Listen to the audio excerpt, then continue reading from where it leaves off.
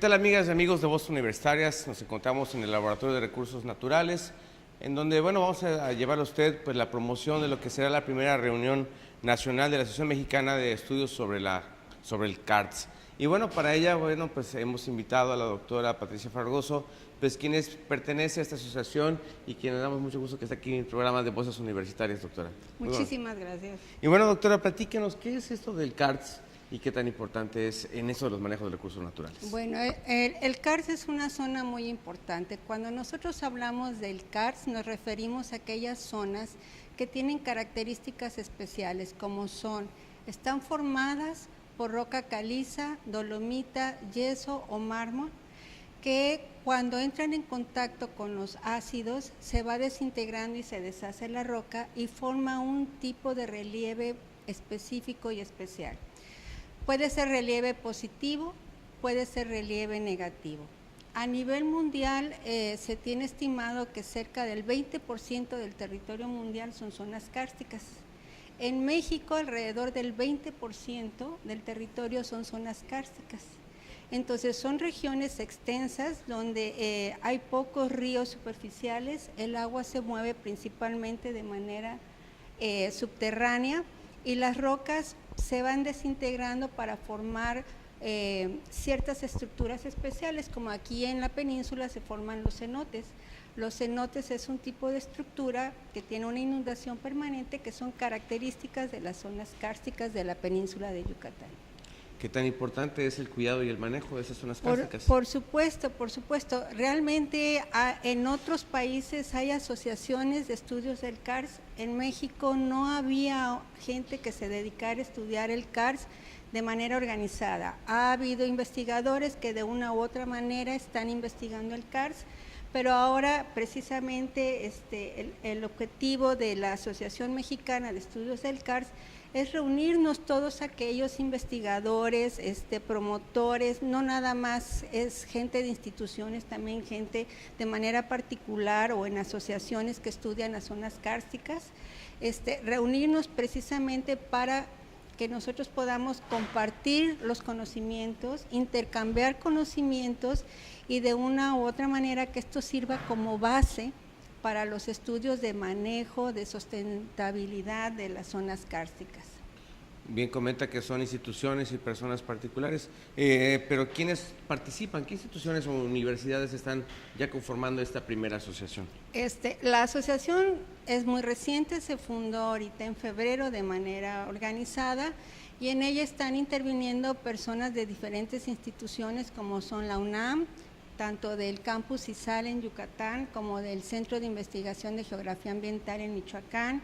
Tenemos pues gente de la Universidad de Quintana Roo, tenemos gente de la Universidad Autónoma de Yucatán, de la Universidad Juárez de Tabasco, de Villahermosa, del Centro de la Universidad de Chiapas, tenemos del Colegio de Posgraduados, tenemos gente del INIFAP, de la Universidad Veracruzana, todos nos hemos reunido para podernos organizar y formar esta asociación. Esta asociación tiene ahorita 17 fundadores y está abierto para que todas las personas que estén interesadas en el estudio del CARS y que quiera intercambiar información o que necesite información sobre las zonas kársticas, se una a nuestra asociación y de esa manera participe en ella. Bueno, y déjenme mencionar que esta primera reunión se va a llevar a cabo del 5 al 6 de junio de este año, aquí en la Universidad de Quintana Roo. Y bueno, si usted quiere saber o obtener mayor información, está la página de internet www.amec.org.mx. Aquí abajo en sus pantallas va a estar apareciendo pues la liga para que usted pues entre, ingrese y vea cómo está estructurada pues esta Asociación Mexicana de Estudios sobre el CARTS. Y bueno, ¿cuáles serían las temáticas a tocar estas fechas del 5 al 6 de junio, doctor? Bueno, las temáticas son abiertas, no nada más son cuestiones de ciencia básica, también es ciencia aplicada, tiene que ver con cuestiones de ordenamiento territorial, tiene que ver con geografía urbana, tiene que ver con suelos, con vegetación, de áreas naturales protegidas, de zonas de hidrología subterránea, espeleología, en fin, vastos temas que se pueden insertar en esta primera reunión. Hace poco, escuchando las noticias, doctora Patricia, a lo mejor nos puede abordar un poquito sobre el tema, que bueno, se han visto ciertos deslaves en la tierra, hundimientos en Quintana Roo, sobre todo en la parte de Yucatán. ¿Eso se debe a esta parte también del karst? ¿Tiene algo que ver? Claro, por supuesto. De ahí viene la importancia para nosotros en el estudio del karst. El karst no nada más es relieve positivo, como le decimos, como los mogotes que vemos en China, o en las zonas de España vemos montañas rocosas, o en la zona del Reino Unido. Aquí en la península de Yucatán el karst es negativo, o sea, hace hondonadas. La roca calcárea se va disolviendo con la acción de los ácidos, se va disolviendo y va formando estas hondonadas, estos hoyos, y esos hoyos empiezan a crecer y pueden ser desde unos cuantos centímetros hasta kilómetros estas depresiones.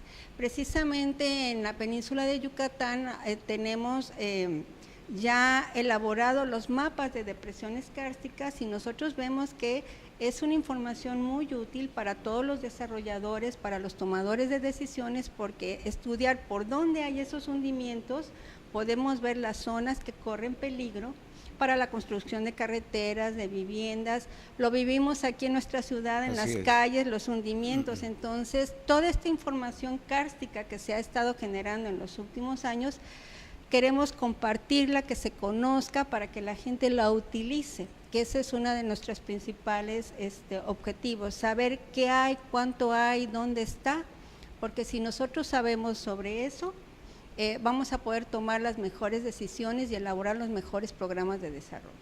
No, pues sin duda alguna aquí en Chetumal realmente sí se vive eso de los hundimientos de las calles, que de repente se van, o sea, se pierden y a veces de repente, bueno, ¿cómo es que se forma esto y qué se debe?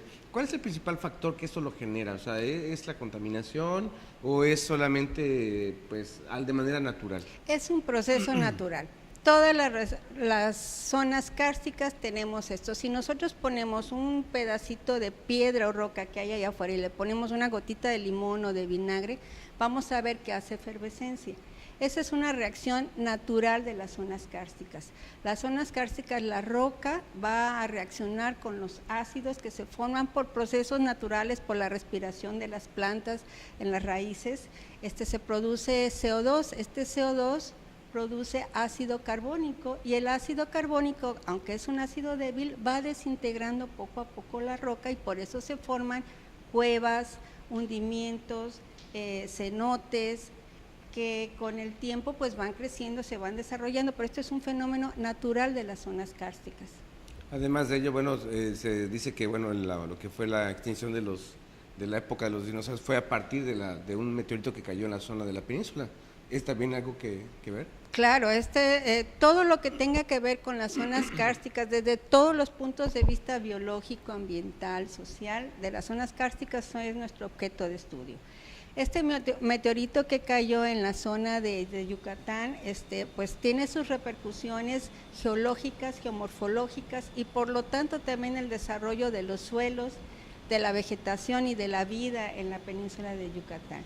Y eso ha generado ciertos fenómenos que nosotros estamos estudiando y que poco a poco a nivel península, pero no nada más es exclusivo de la península, también en Chiapas, en Veracruz, en Tabasco, en Tamaulipas, en todas estas zonas hay zonas kársticas que tienen sus propias características y por eso queremos en esta asociación intercambiar la información y darla a conocer al público. Esto no tiene que ver ni con el cambio climático, ni con el efecto invernadero, ni con la contaminación. Es un fenómeno natural.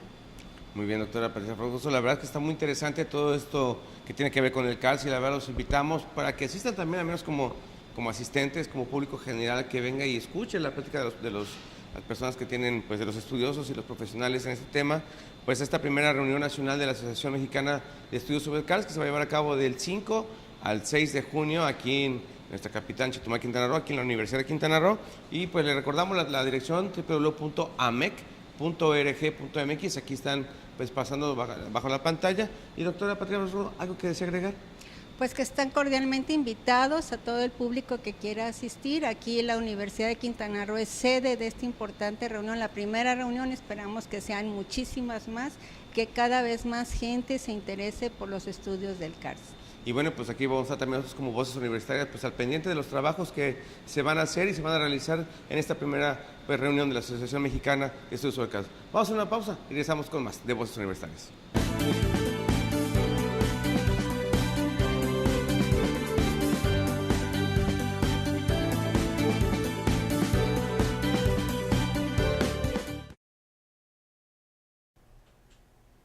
Gracias, amigas y amigos de Voces Universitarias, por seguir con nosotros. Y bueno, regresamos pues aquí a la División de Ciencias de Ingenierías, donde vamos a platicar ahora con el maestro y un gran amigo de este programa, el maestro Alberto Pereira, quien, bueno, pues va a platicar sobre el Centro de Monitoreo e Investigación de la Zona Costera, el cual es un centro que está dedicado pues a la investigación y al trabajo que tiene que ver con cuestiones de impacto ambiental. Maestro, bienvenido a este programa de Voces Universitarias. Gracias. Y bueno, platíquenos, ¿qué hace este Centro de Investigación de la Zona Costera? Bueno, básicamente la idea del Centro de Monitoreo e Investigación de la Zona Costera, o CEMISC, para ser más breves, es básicamente cumplir con una necesidad que tiene el Estado desde hace muchos años. Cuando en 1995 desaparece el único centro de investigación que realmente se podía decir que era del Estado, y para satisfacer los intereses del Estado se empiezan a gestar toda una serie de ideas que, bueno, finalmente después de muchos problemas, después de prácticamente 10 años de trabajo, en 2014 se culmina con la aceptación del Consejo Universitario para la creación de este centro de investigación. La idea fundamentalmente es hacer investigación, no en la forma en la que lo hacen otros centros que básicamente hacen investigación primaria, investigación orientada al avance de la frontera del conocimiento a nivel mundial, sino que aparte de hacer trabajos de esa índole, el centro lo que pretende es generar información para la toma de decisiones en cuanto al manejo de los recursos naturales del Estado en beneficio de la población del Estado. No solamente para producir libros y artículos bonitos, sino algo que redunde en beneficio de la sociedad.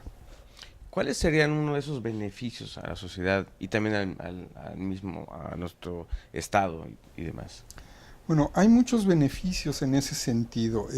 Principalmente podemos citar entre los beneficios que nos puede proporcionar el centro la información que va a producir o que ya se está produciendo de hecho con algunos de los trabajos y proyectos, redunda finalmente en la revaloración de los recursos naturales del Estado, principalmente los recursos naturales que están ligados en este momento por la situación actual a nivel mundial con cambio climático, conservación de los recursos naturales, sumideros de carbono. Entonces uno de los proyectos que estamos haciendo que beneficia directamente a la sociedad es precisamente eso, establecer cuáles son los stocks que tenemos de carbono acumulado en los suelos del Estado, cuál es el dióxido de carbono que está capturando la vegetación del Estado e incorporándolo a esos stocks para tratar de revalorar el precio que tiene actualmente la hectárea en términos de conservación y captura de carbono,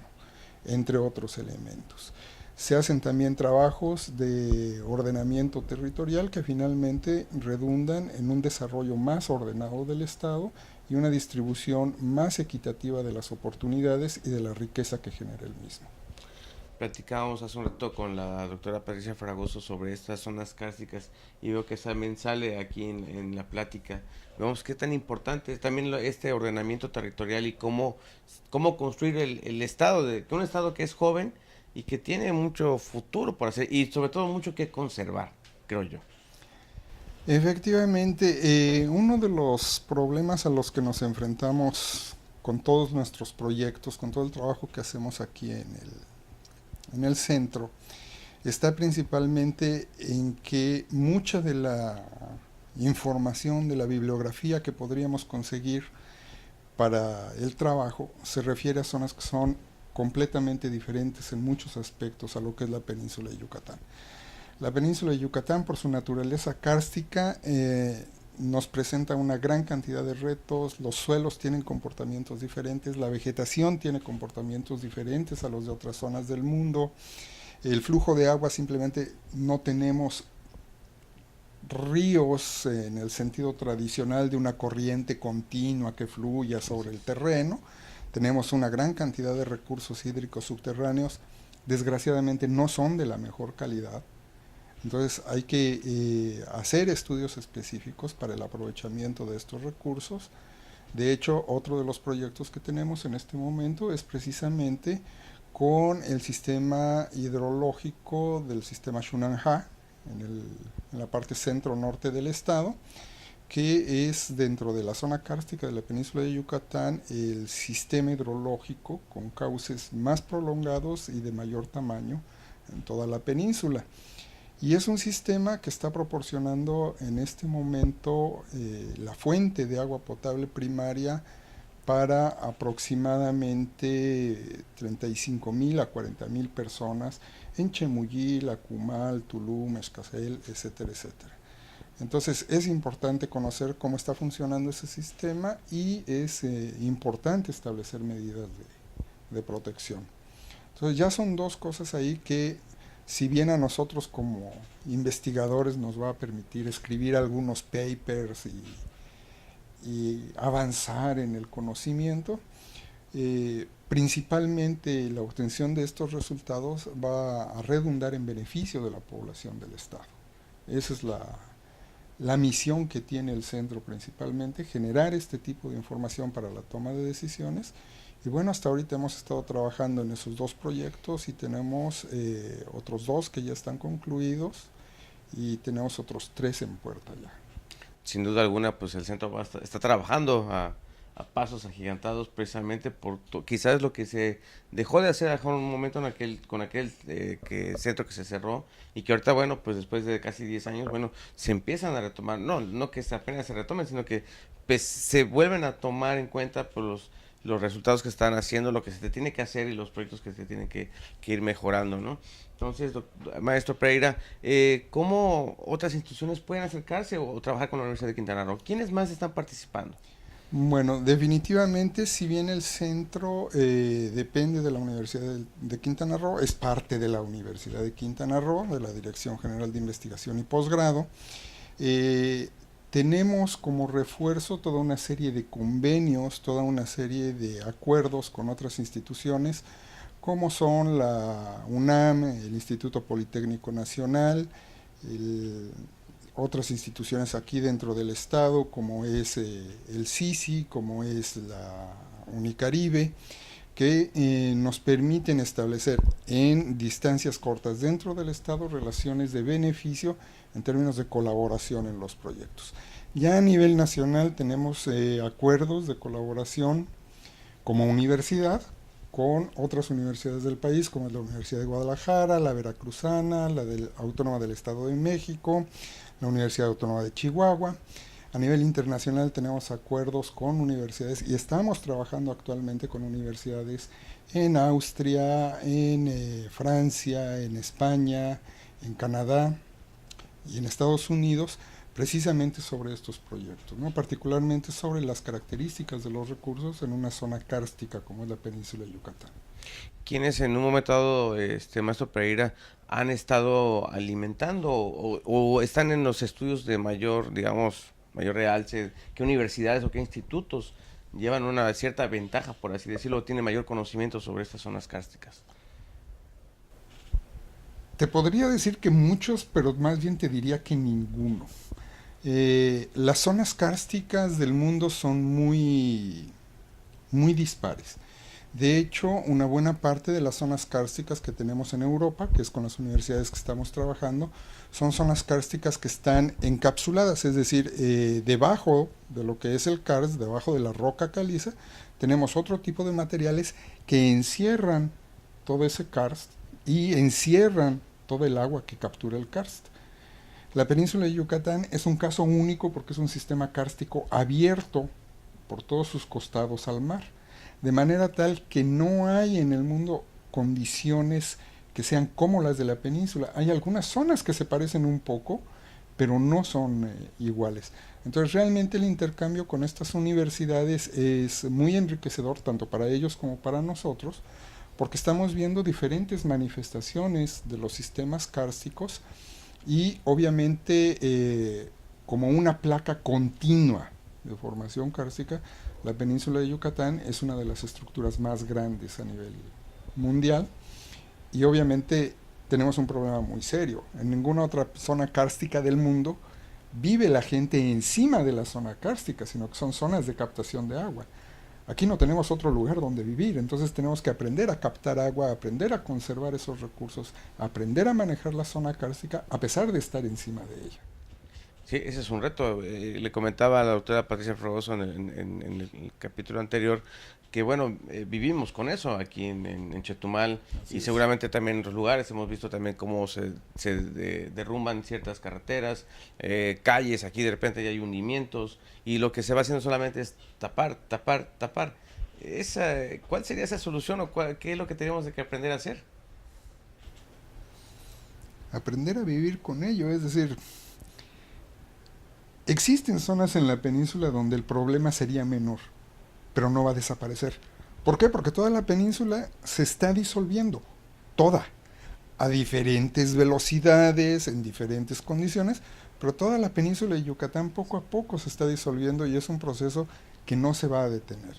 Lo que sí podemos hacer es modelar nuestro desarrollo, ajustar nuestro desarrollo, el crecimiento de las zonas urbanas, el crecimiento de la infraestructura, para llevarlo por aquellas zonas kársticas que tienen menor peligro de hundimientos, menores tasas de disolución.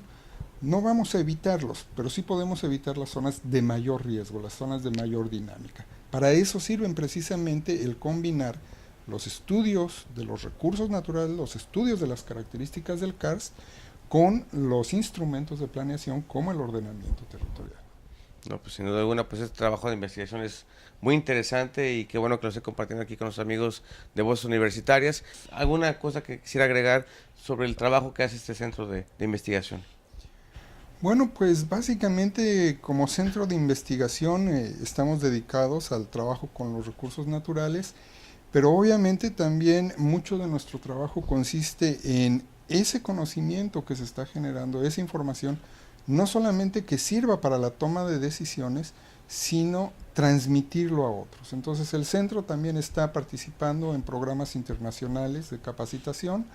De hecho, este año, a principios de año, tuvimos un grupo de alumnos de una universidad de Colombia que vino a capacitarse precisamente con nosotros. Ahorita, para mediados de año, viene otro grupo, precisamente. Estamos colaborando también con grupos de capacitación en San Luis Potosí y aparte de eso tenemos la posibilidad de darle servicios a la población en términos de análisis de recursos naturales, análisis químicos de calidad de agua, calidad de suelos, etcétera, etcétera. Tenemos uno de los equipos más modernos que hay en el país, de hecho los equipos para determinación de composición elemental que tenemos en la universidad son los más modernos que tenemos en la península de Yucatán y obviamente el centro no puede funcionar de gratis, pero los precios que se les dan a la gente que desea hacer algunos análisis son realmente el costo de los materiales para hacer el análisis. La universidad no obtiene ninguna ganancia sobre ello, solamente se opera el equipo, se les da la información para que ellos la utilicen. A otras instituciones como Ecosur, como la UNAM, les hemos procesado materiales, hemos procesado muestras precisamente en ese afán de generar información para beneficio del Estado. Excelente, maestro Alberto Pereira, pero la verdad le agradecemos que nos haya aquí recibido en este espacio, en lo que es el Centro de Monitoreo e Investigación de la Zona Costera, que la verdad que es un trabajo muy interesante, muy arduo y que sin duda alguna están haciendo un excelente trabajo. Maestro Alberto Pereira, muchas felicidades por el centro y agradecerle a usted estar aquí con nosotros. Al contrario, agradecerles a ustedes que nos hayan venido a visitar. Al contrario, y bueno, pues a usted, amado auditorio, pues también agradecemos estar con nosotros y nos vemos en la siguiente emisión de Voces Universitarias. Hasta la próxima.